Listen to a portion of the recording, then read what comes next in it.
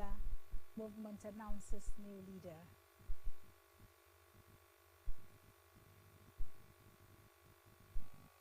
Good evening. Thank you for joining us on Delta Television News tonight. My name is Pauline Okole. Deltans have been encouraged to screen for diabetes and hypertension as the state flags off its Project 10 Million Awareness Campaign against diabetes and hypertension. The Secretary to the State Government, Dr. Kingsley Emu, gave the encouragement today during the flag-off of the campaign at his office in Asaba. Samson Rojite reports. Dr. Emu highlighted the alarming rates of diabetes and hypertension among Deltans and said the campaign project must be taken beyond the flag-off. He enjoined Deltans to visit the nearest screening centers to know their status. Dr. Emu said the goal does not only speak to the urgency of the issue, but also the state's resolve to increase awareness, improve care, and gather essential data for long-term planning and interventions. What we should do is sensitization, telling them what triggers this, how we can mitigate it. I agree that a lot of exercise, a lot of diet can help manage all of this. I'm saying this from experience, so it's not just the fast track the process. So this project is something we must take beyond flag. It's something that we must even allow to run as a normal practice. So I hope that this flag off will be rather a consistent practice. In an interview, the state coordinator of the non-communicable disease, Dr. Rita Opene, said the project was a brainchild of the Forum of Health Commissioners in the Federation, who aim to reduce the high risk of diabetes and hypertension among Nigerians. Dr. Opene, as well as the World Health Organization officer in the state, Dr. David Kajovo, listed some measures against diabetes and hypertension as regular exercise, eating of nutritious meals, including fruits and vegetables, avoidance of excessive salt and alcoholic intake, and the need for regular checkups. But the screening for now is free. If it's high, we encourage or counsel the individuals to go for more checkup in the secondary facilities where they will be counseled further, whether diet, exercise, and the rest of them. And then, if need be, commence on anti-diabetic or anti-hypertensive. Some residents in the state who availed themselves for the free screening encourage others to take advantage of the opportunity. My advice is that it's good to always check on your vitals from time to time, especially once you are above 40. It's necessary to avoid sudden things like sudden death or stroke. The Project 10 Million Delta campaign is a transformative health initiative mandated by the Federal Ministry of Health and driven by the Commissioners for Health Forum with the theme, Know Your Numbers, Control Your Numbers. The campaign reflects a national commitment to combating hypertension and diabetes. It is a week-long screening exercise ending November 3rd, whereby 10 million Nigerians of age 18 and above will be screened. Over 300,000 residents in the state will be screened and provided with medical advice on diabetes and hypertension for free. Sams Okojite reporting. Meanwhile, the State Commissioner for Health, Dr. Joseph Onojeme, has said Governor Sheriff Oborowori is addressing the challenge of health workers in the state-owned hospitals seeking greener pasture abroad. Dr. Onojeme, who was reacting to a newspaper publication titled Japa Sweeps Nigeria's Hospitals, said in a bid to encourage more health workers to stay in the country, Delta State government pays medical doctors and other health workers more than the federal government and other states in the country were paying. He said Delta pays the revised consolidated medical salary structure, CONMES, without taxing the allowances of medical doctors. According to him, Governor Oborowori has also approved the immediate replacement of any health worker, particularly doctors who traveled out of the country for greener pastures. He said the governor's executive order to replace the health personnel was to avoid the bureaucracy of going through the normal protocol of recruitment in the public service, which may delay the process. Commissioner stated that as part of efforts to check the exits of health workers, government was working towards improving the infrastructure, equipment, and the working conditions of the medical and health workers in the state, especially the recent purchase of CT scan at the Delta State University Teaching Hospital, Delsu Thogara, and the Central Hospital, Wari. The state government has reiterated its readiness to ensure communities in the state enjoyed peace. The special advisor to the state governor on peace building and conflict resolution, Chief Edwin Uzo, stated this at a meeting with representatives of Uzere Kingdom over alleged office tenure elongation by the President General of the Kingdom. Henry Unogwa reports.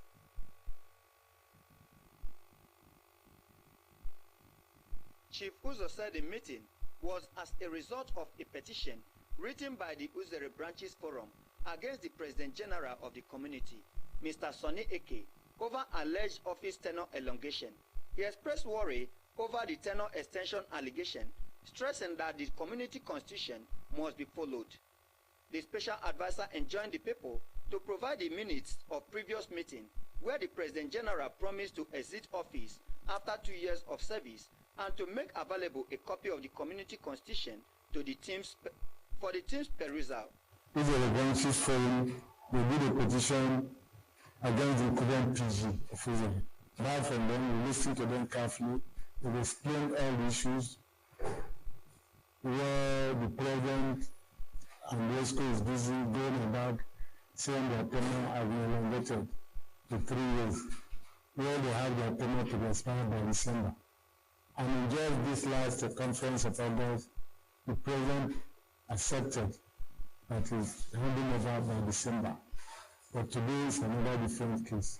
Chief Uzo said the state government had heard from the petitioners, especially one of the victims of the previous crisis, who appealed to the state government to intervene to avert crisis. The special advisor lauded the people for adopting dialogue and promised that government would invite the other party to the matter for further hearing. We know there is very important to both federal and state government because of the resources that is coming from that way.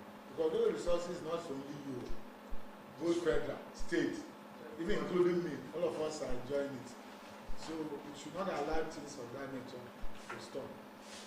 The petitioners expressed satisfaction with the meeting and promised to maintain peace. Henry Onogwa reporting. The Delta State Structures for Signage and Advertisement Agency Amendment Bill has been passed by the State House of Assembly. Favor Okafor has details. The House will dissolve itself into the Committee of the Whole chaired by the Speaker. The Right Honorable Emamotimi Guo considered clause by clause a report of its Joint Committee on Local Government and Chieftaincy Affairs, Environment, Oil and Gas on the Delta State Structures for Signage and Advertisement Agency Amendment Bill. The Majority Leader, Honorable Emeka Nwobi, moved motion for the third reading and passage of the bill, seconded by the member representing the North One constituency, Honorable Matthew Omonade.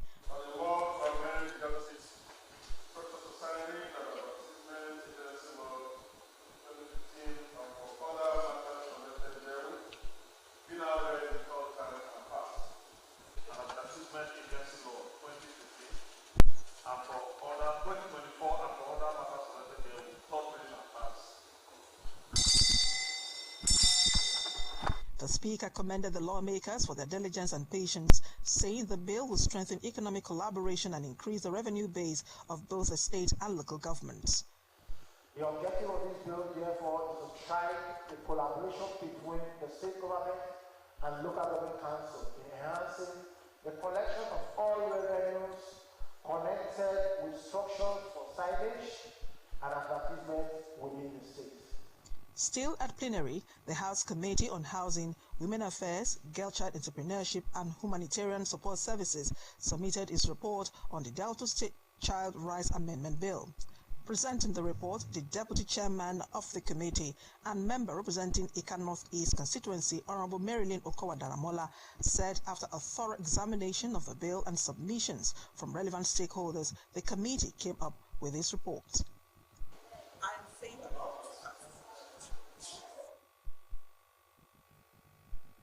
Residents in Asaba have called on the federal government to address its lingering labor dispute with members of the Senior Staff Association of Nigeria Universities, SANU, and members of the Non-Academic Staff Union of Educational and Associated Institutions, NASU, in the interest of industrial harmony in the nation's universities. Henry Usiayo spoke with some residents who expressed dissatisfaction over the current strike action embarked upon by the unions. The report. Following the expiration of their 3-week ultimatum given to the federal government by members of SANU and NASU for the payment of their withheld salaries, the union have embarked on strike to drive home their demands. The development has affected academic activities in tertiary institutions across the nation, just as the unions criticized the federal government for paying the Academic Staff Union of Universities, ASU members, their withheld salaries. Some of the residents criticized the federal government for not obeying its own side of agreements, thereby creating distrust between government and the unions. Federal government first is that when they go into agreements with any union or any organization, they should keep to their own side of the agreements. These people gave ultimatum that lasted for days, no reaction. Towards the tail end of the ultimatum now, government now came out calling for this and that. You know, ASU is on one side, the same story. This one now, the same story. But at the end of the day, the elephant and everything will fight is the grass that will suffer, which is the students. Actually, reasonably, the educational situation of this country is actually bad, especially the attention government is giving to them. Like the issue of this SANU, they have written to government as in ultimatum that by so time, if so thing is not done, we'll go on strike. A responsible government was supposed to give attention to issue like this because education is something that you cannot overlook. Others, however, enjoy SANU and NASU to consider the plight of parents and adopt dialogue with the federal government in addressing the dispute instead of embarking on strike. Not fair to parents. They are not fair. Both the teachers and the government are not fair to parents. We must be sincere because this thing is getting out of hand. The economy, the transport, everything, even feeding is high. So, for me, government, you know what you've done? You've done to some of the unions like ASU and others. Me this one too now, because when taking the decision to affect one, definitely we snowball into the other. The SANU, right? They should also consider the students as well, because many parents are finding things very difficult in this country. It's not easy for everybody, not them alone. So I would say they should still dialogue a little bit more. Henry Usiayu reporting.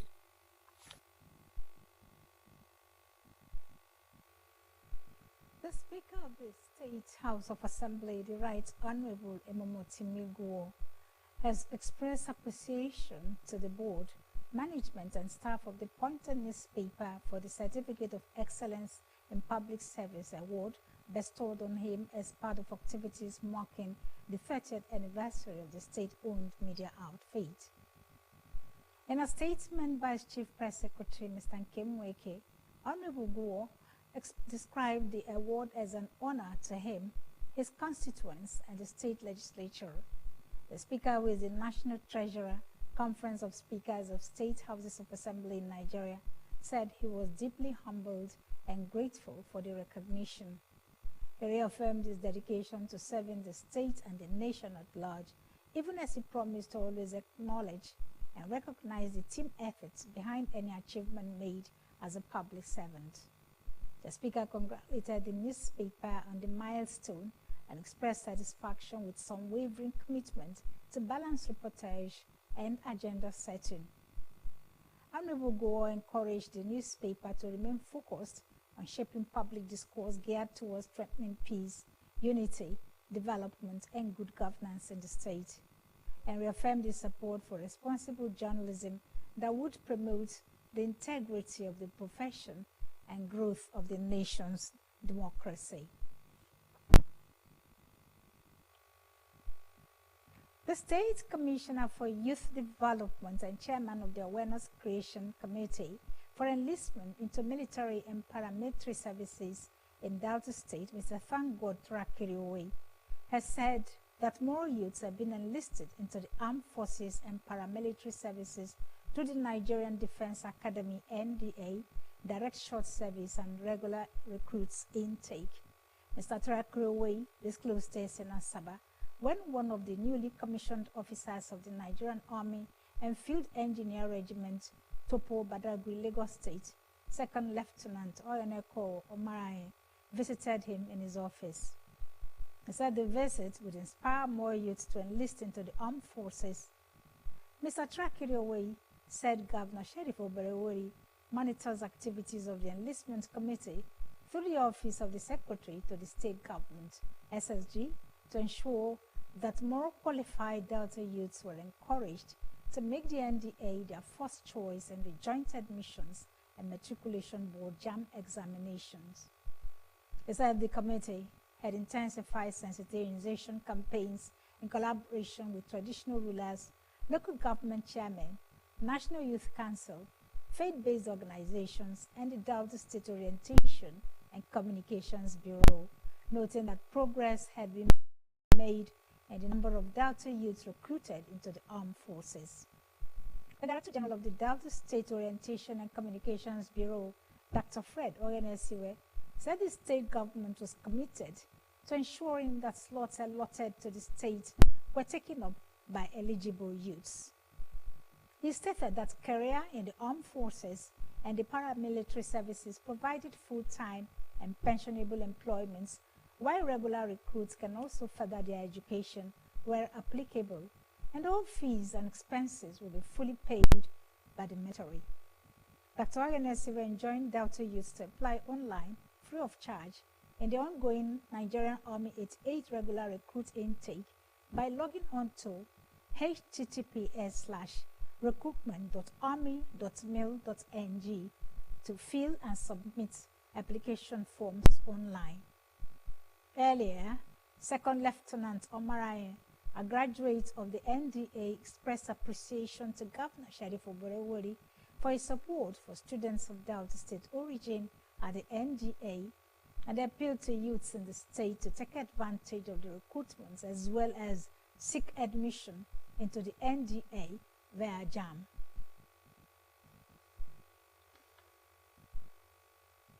The Vice Chancellor, Delta State University, Abraka, Professor Andy Eguyenga, has emphasized the importance of university professors making great impact on their communities. Professor Eguyenga made the emphasis during the university's 109th inaugural lecture held in Abraka. The lecture, entitled Income Smoothed, Earnings Managed and Financial Disclosure Quality Damaged, the primary paradox of aggressive accounting, was delivered by Professor Augustine Okolie, a professor of accounting and financial reporting. Professor Eguyenga advised scholars and researchers, particularly professors, to ensure that their research addressed the needs of society. He expressed satisfaction with the lecture, which sheds light on critical issues related to income and earnings, management for sustainable development, and highlighted its relevance to individuals, organizations, and society at large. Professor Eguyenga also noted the scarcity of professors in accounting in Nigeria, attributing the development to the desire of many accountants to pursue careers outside academia. He announced to the audience that the 109th inaugural lecture will be the last he would preside over as Vice Chancellor, as his 5-year tenure would next month. Professor Okolie's lecture gave an insightful analysis of whether the reported incomes profits and earnings, along with the overall financial disclosures of corporate organizations and other enterprises were genuine and accurate or merely misleading fabrications. He explained that aggressive accounting practices and earnings management combined with challenges like foreign exchange instability, insecurity, and electricity supply issues had driven many international companies out of Nigeria. Professor Okolie called on investors to conduct due diligence before making investment decisions, while financial experts should be engaged to scrutinize financial records before making them public to avoid manipulation. Professor Okolie was later decorated with the prestigious Delta State University's Medal for inaugural lecturers. This was followed by the presentation of a cash award of 1 million naira by the Institute of Chartered Accountants of Nigeria by the 60th president of the Institute, Chief Davidson Alaribe, represented by Mr. Hyginus Nwafo.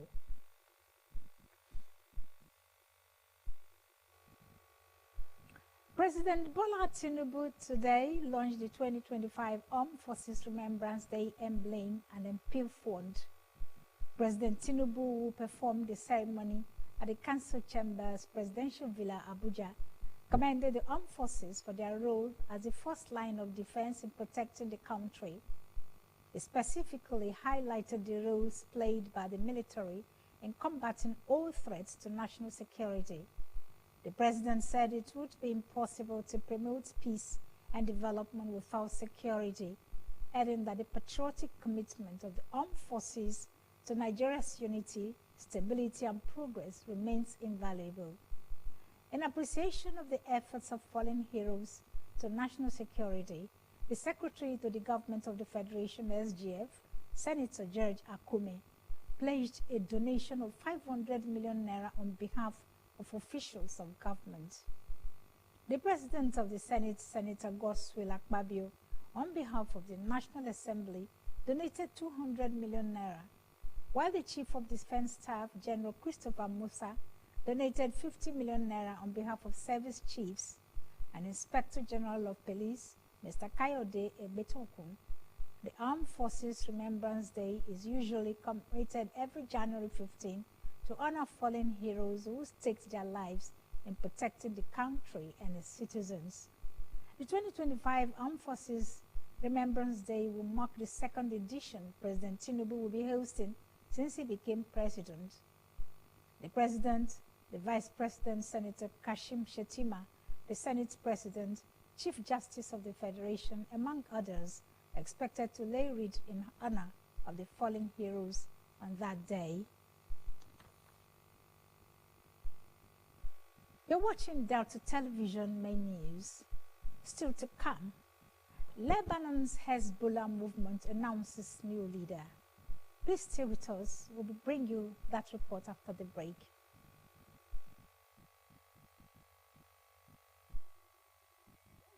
Excuse me, ma'am. Glow! Where Glow now? I did here. No Glow, don't go village. Try all our customer, Abi. Everybody pay attention. See, now Glow dedicated 10x. Now he might take tension my customers. Now they dash me 10 times the credits when I load. Or even summer me double data join. Yeah.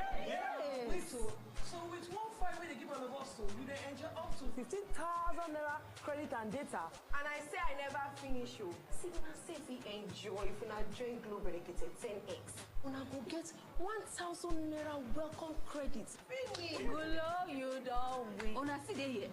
Hello, please, I'm looking for Glow. Please save now Glow with the 5. Now Glow with the go. Okay, so enjoy 10 times the value of your recharge on Glow Berekete 10X. You also get 1,000 naira for calls and data and double data bonus on your subscription.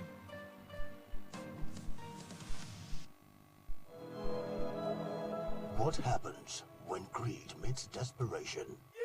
Yeah. How far would you go to get what you want? Even my life is even on the line. So please, help me so that we can get out of this all. How could you do this to me? A gripping movie inspired by a true life story. Maybe you could consider other options. You think I've not done that? Experience the twist, the betrayal, and the thrill that will keep you on the edge of your seat. Get ready for the movie. The Inside Enemy. The Inside Enemy dropping on Delta TV YouTube channel on November 1 at 9 p.m. prompt. Don't miss it.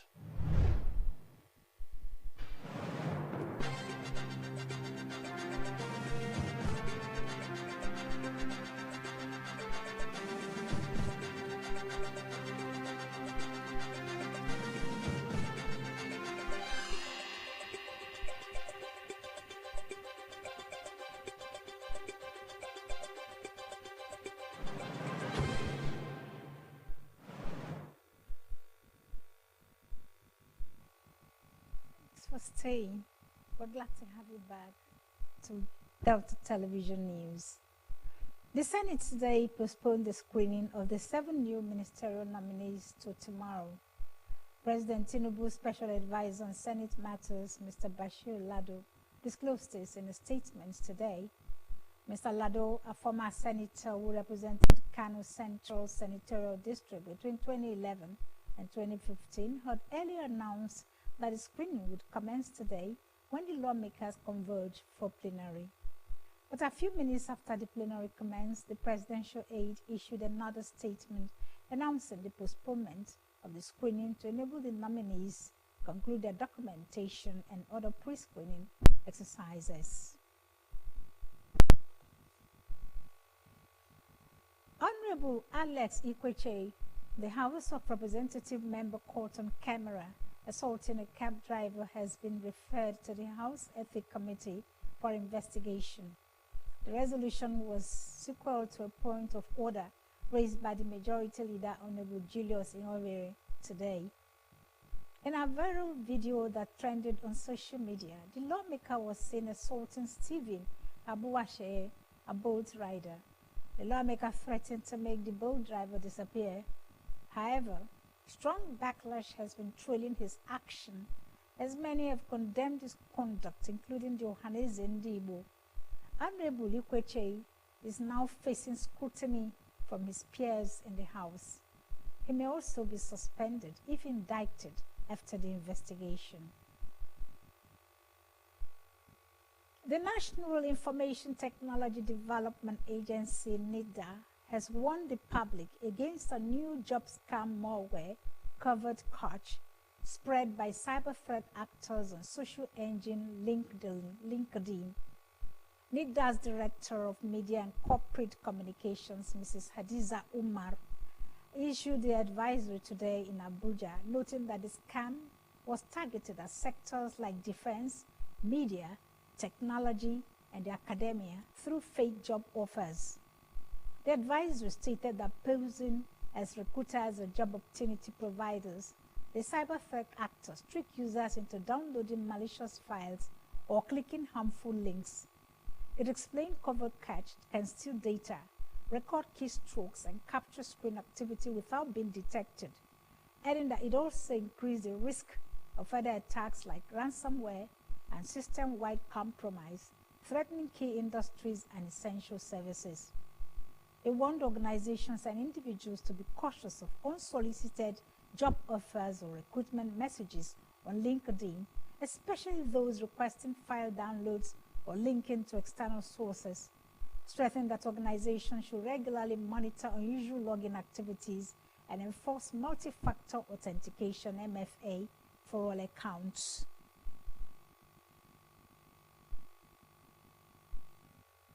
The global scene is next as we join our World News Desk. Relief Party colors dominated a modest spread of campaign posters in the capital today as parties prepared for final rallies on the eve of elections. A few posters for the blue-themed opposition Umbrella for Democratic Change (UDC) could be seen around the university, a bastion of support for the left-leaning alliance among three main groups, challenging the party in power for 58 years in tomorrow's votes. But the Botswana Democratic Party (BDP) of President Mogwesi Masisi was most visible in Gaborone, though residents expressed hope for change in the diamond-rich and largely desert country of only 2.6 million people. Hopes that UDC will bring change were dashed when its two main partners, the Botswana Congress Party (BCP) and the Botswana Patriotic Front (BPF), quit in the lead up to the vote to feed their own presidential candidate. Steve Bannon, a prominent right-wing figure and former senior advisor to Donald Trump, was released from prison early today after spending nearly 4 months behind bars and just a week ahead of the U.S. election. Bannon left a federal prison in Connecticut, where he was serving time for a contempt of Congress conviction. Bannon was convicted of defying a subpoena to testify before the congressional panel investigating the January 6, 2021 attack on the U.S. Capitol by Trump supporters. When he entered prison on July 1st, he defiantly said he was proud to serve time if it's what it takes to stand up to Joe Biden. Much has changed in U.S. politics since then, with Biden dropping out of the race and Kamala Harris replacing him as the Democratic nominee. Bannon played a senior role in Trump's 2016 campaign and later served in the White House as chief strategist, leaving after 7 months reportedly due to conflicts with other top staffers. Hezbollah has announced the group's deputy secretary general will become its new head. Naik Qassem replaces long-term leader Nasser Nasrallah, who was killed in an Israeli airstrike in Beirut last month. He is one of the few senior Hezbollah leaders who remains alive after Israel killed most of the group's leadership in a series of attacks.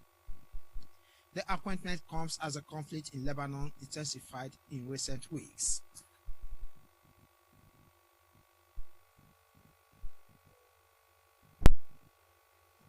Away from the foreign scene, business news. Let's join our business news desk for happenings in the business sector. The Federal Competition and Consumer Protection Commission (FCCPC) has warned Nigerian banks against incessant online service disruption. Mr. Tunji Bello, the Executive Vice Chairman and Chief Executive Officer of the Commission, issued the warning in a statement today. The warning comes amid increased cases of online service disruption across Nigerian banks nationwide. Reacting to the developments, FCCPC noted that its establishment Act stipulates that banks' customers guaranteed fair and accountable service delivery. The Commission vowed to pursue all necessary action to ensure the protection of customers. In the last weeks, leading Nigerian banks announced system upgrades at separate times, which led to service disruptions. In the last few weeks, leading Nigerian banks announced system upgrades at separate times, which led to service disruptions.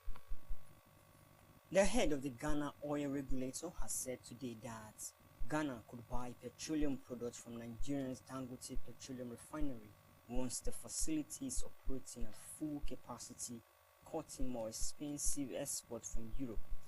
The chairman of the National Petroleum Authority, Ghana, Mr. Mustafa Abdul Mahid, said this could end monthly fuel imports from Europe of $400 million. He spoke at the OTL African Downstream Oil Conference in Lagos. The $20 billion Lekki-based Dangote refinery commenced the release of petroleum motor spirits, popularly called petrol, into the Nigerian markets on September 15, 2024. But despite this, marketers of the product in Nigeria have since commenced the importation of PMS in hundreds of millions of liters following the total deregulation of the downstream oil sector in Nigeria by the federal government.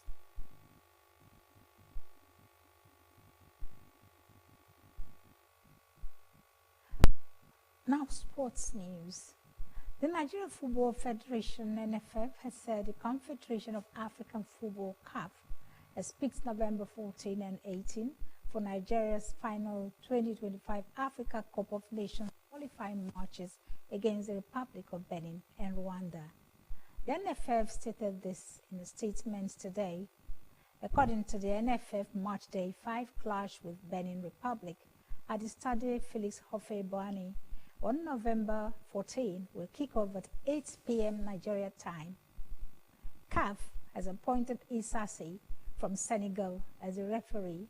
His compatriot Jibril Kamara Nuha Bagura and El Haji Amadou say will serve as Assistant Referee 1, Assistant Referee 2, and 4th official respectively.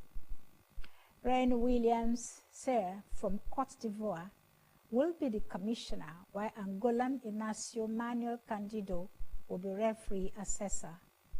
The matchday 6 encounter with Rwanda will take place at the Godswill Akpabio Stadium, Uyo, on November 18. CAF has also appointed Moroccan match officials for the game, with Samuel Goezas as the referee for the encounter, which kicks off at 5 p.m. His compatriots Zakaria Brinsi, Abed Ismad, Abatou, and Kech Chaf Mustafa will serve as Assistant Referee 1, Assistant Referee 2, and 4th official respectively. Prosper Harrison Ado from Ghana will be the commissioner, while Somalian Ali Mohammed Ahmed will be the referee assessor. The match will be the last on the race from Group D for slots at the 35th Africa Cup of Nations finals to be held in Morocco. The competition kicks off in December 2025 until January 2026. Still on sports, former Arsenal manager Arsene Wenger has been appointed by World Football Governing Body FIFA to lead its task force on player welfare, following recent calls by football stakeholders for FIFA to amend its calendar due to the hectic fixtures. Top European leagues and players' union FIPRO had filed a legal complaint against FIFA to the European Commission over what they claimed as an abused dominance by FIFA's international calendar fixtures. To ensure that these complaints were quickly attended to, the Frenchman, who is FIFA's chief of global football development, will lead the task force, which also has members of FIFPro as part of the committee. FIFA member associations, confederations of the European Club Association, and the World Leagues Associations are also part of the task force, which is tasked with examining how suitable and effective safeguards for players can be implemented while taking into account practical considerations from operational, medical, regulatory, and legal perspectives. The task force is to make recommendations informed by the latest scientific research into the topic of players' physical and mental well-being. The group is expected to convene before the end of November, especially some players threatened to go on strike if the football calendar was not adjusted to ensure players' well-being. Our thoughts for the day. Remember that the happiest people are not those getting more, but those giving more.